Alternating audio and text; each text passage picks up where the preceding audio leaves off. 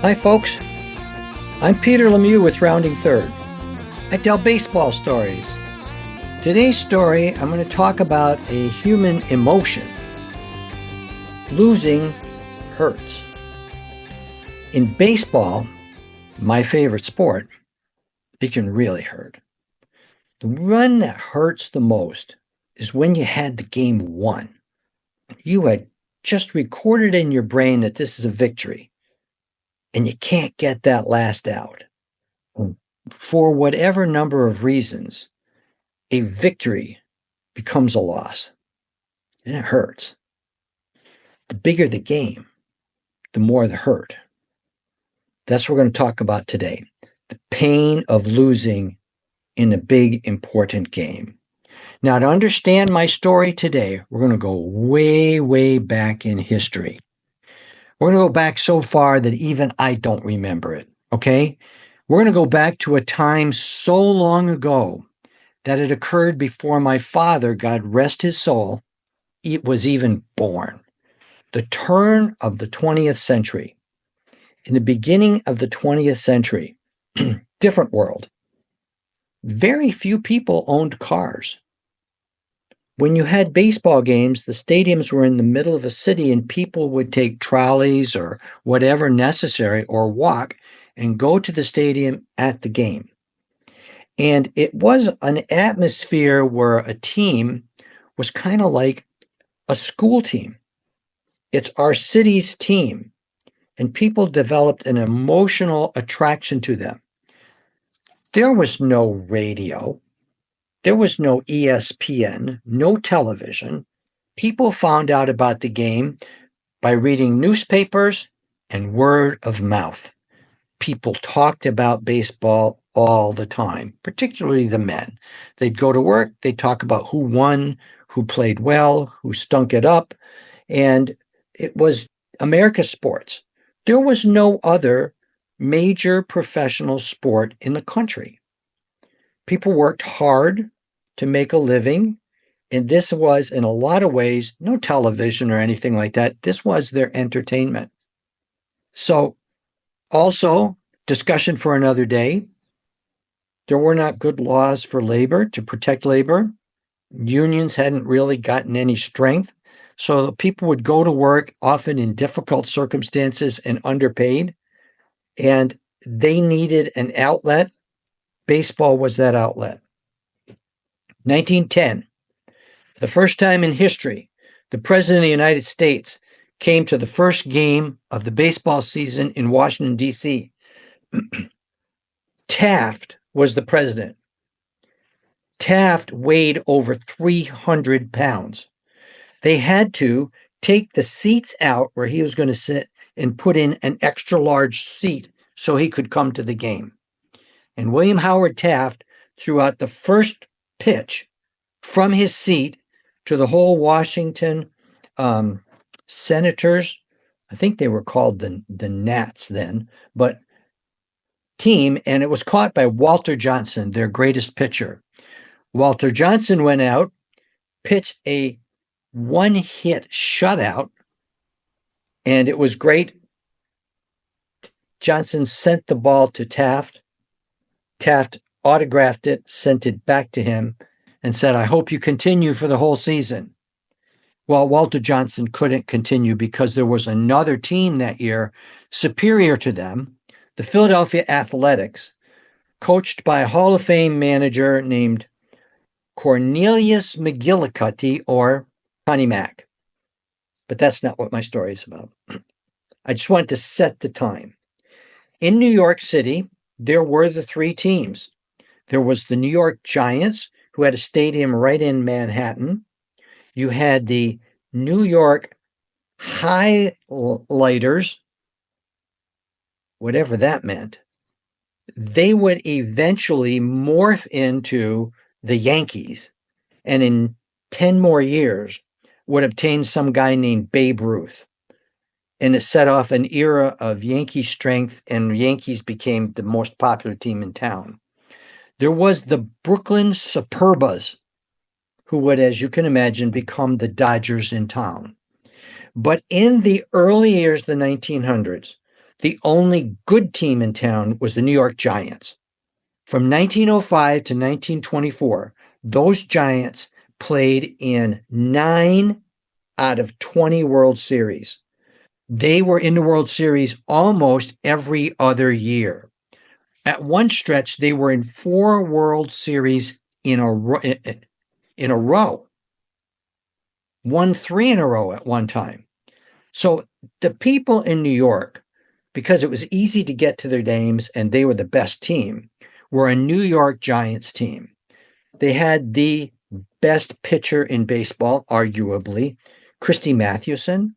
Their manager was Hall of Fame manager John McGraw. And people followed the Giants. My story about the pain of losing, I'm going to entitle, This is the Story of Two Freds. Freds. In 1908, this is a classic game highlighted by Ken Burns' series on baseball. The Giants and the Cubs were in a playoff to see who would go to the World Series. The winner had to win 2 games. It was played in New York, and the Giants won game 1.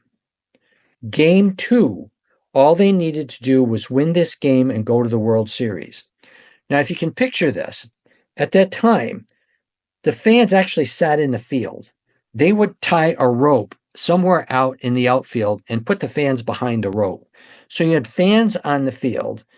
It was a huge, huge game, and everyone was focused on it. Just win this and go to the World Series. It was the bottom of the 9th inning, and the Giants had runners on first and third, 2 outs. And a single went to the outfield, and everyone went crazy. The Giants won. They're going to the World Series. Fans ran onto the field past the ropes to mob the fans, the players, and everything like that. There was a fellow on the Giants by the name of Fred Merkle. He was the runner on first base. He started to run to second, but when he saw it was a hit, to avoid the fans, he just ran into the dugout. One of the Cubs noticed that. He went into the crowd, wrestled the ball away from a fan, went into the clubhouse and grabbed an umpire and said, "You know he didn't touch second." And with the umpire, walked out through the crowd, touched second. Runner out, no runs count. The force on second negates any runs. Oh my gosh. Can you imagine? People are celebrating going to the World Series, and then we find out the game isn't over. It was impossible to continue the game. So they had to play it again.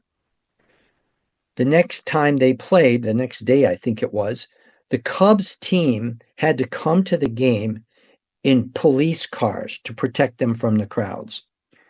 Well, as you might imagine, the Cubs won the playoff. The Cubs went to the World Series and won the 1908 World Series.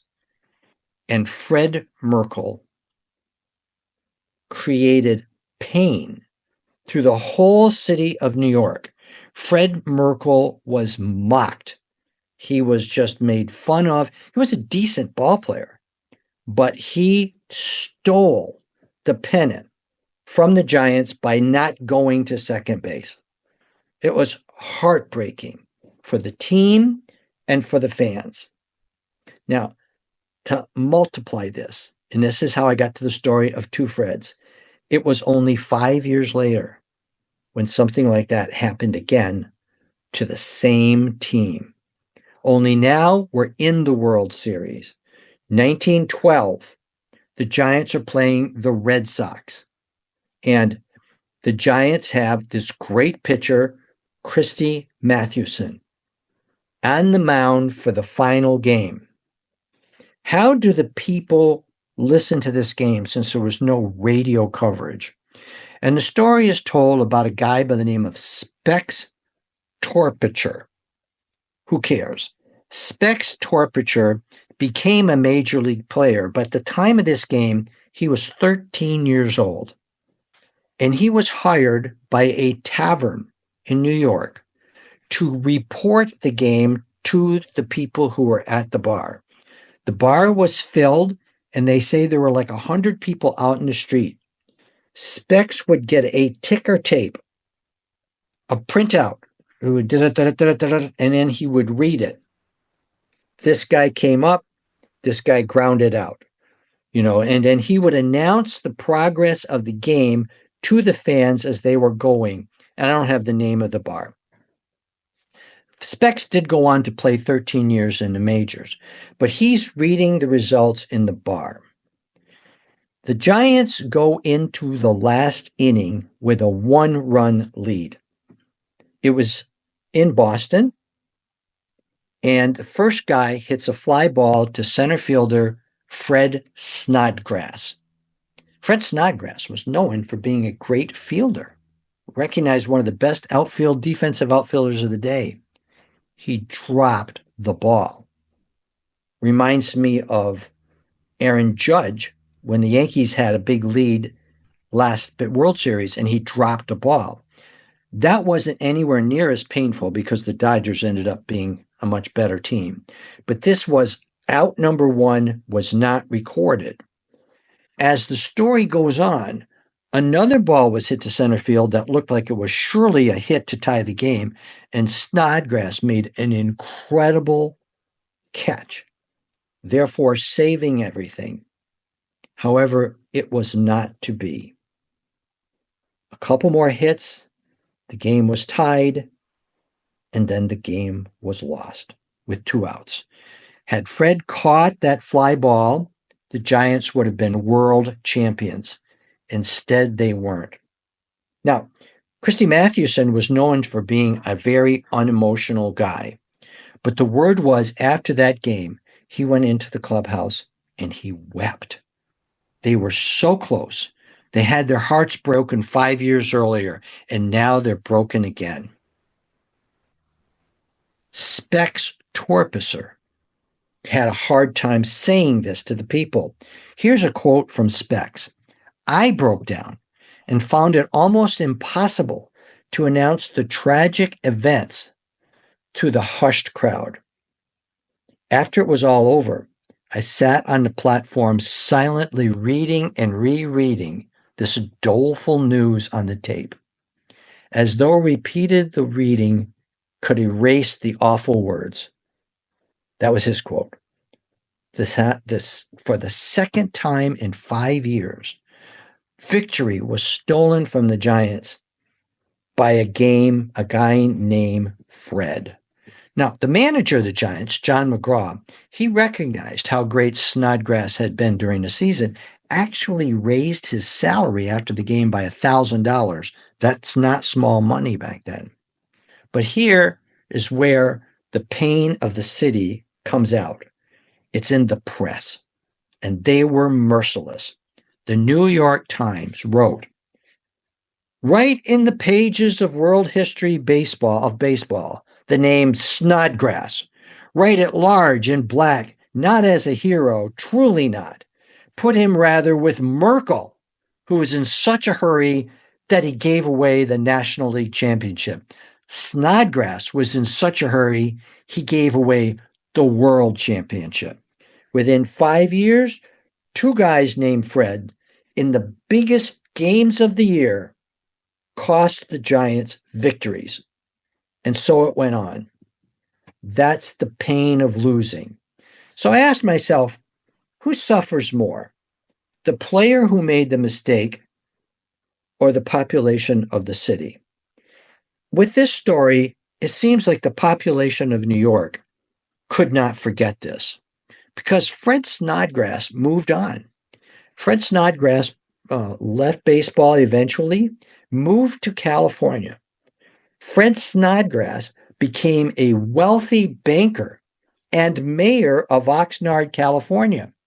Very successful guy, well-liked, popular out in Oxnard, California. And he died at the age of 86. Many, many years after, of course. Here's what the city of New York did.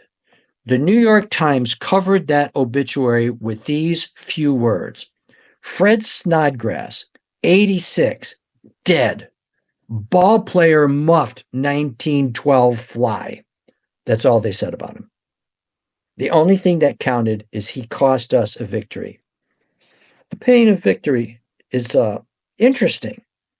It's been told that people remember longer the games we lost than the games we won.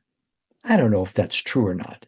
You all got this experience in your life where your team should have won a game, and then a call by an umpire or a bad play, and you can't forget it.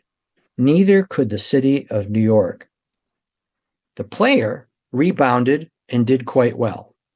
But the story of two Freds illustrates this tremendous thing about sports and what it does to fans, and in this case, a whole city, when a victory is taken away. That's my story of the two Freds. Subscribe, like, more importantly, folks, comment. Tell me what game in your life you still can't get over to prove our point that the pain of losing lasts for a long time. Thanks for joining me today. You guys all have a great day, and I look forward to speaking to you again in the future.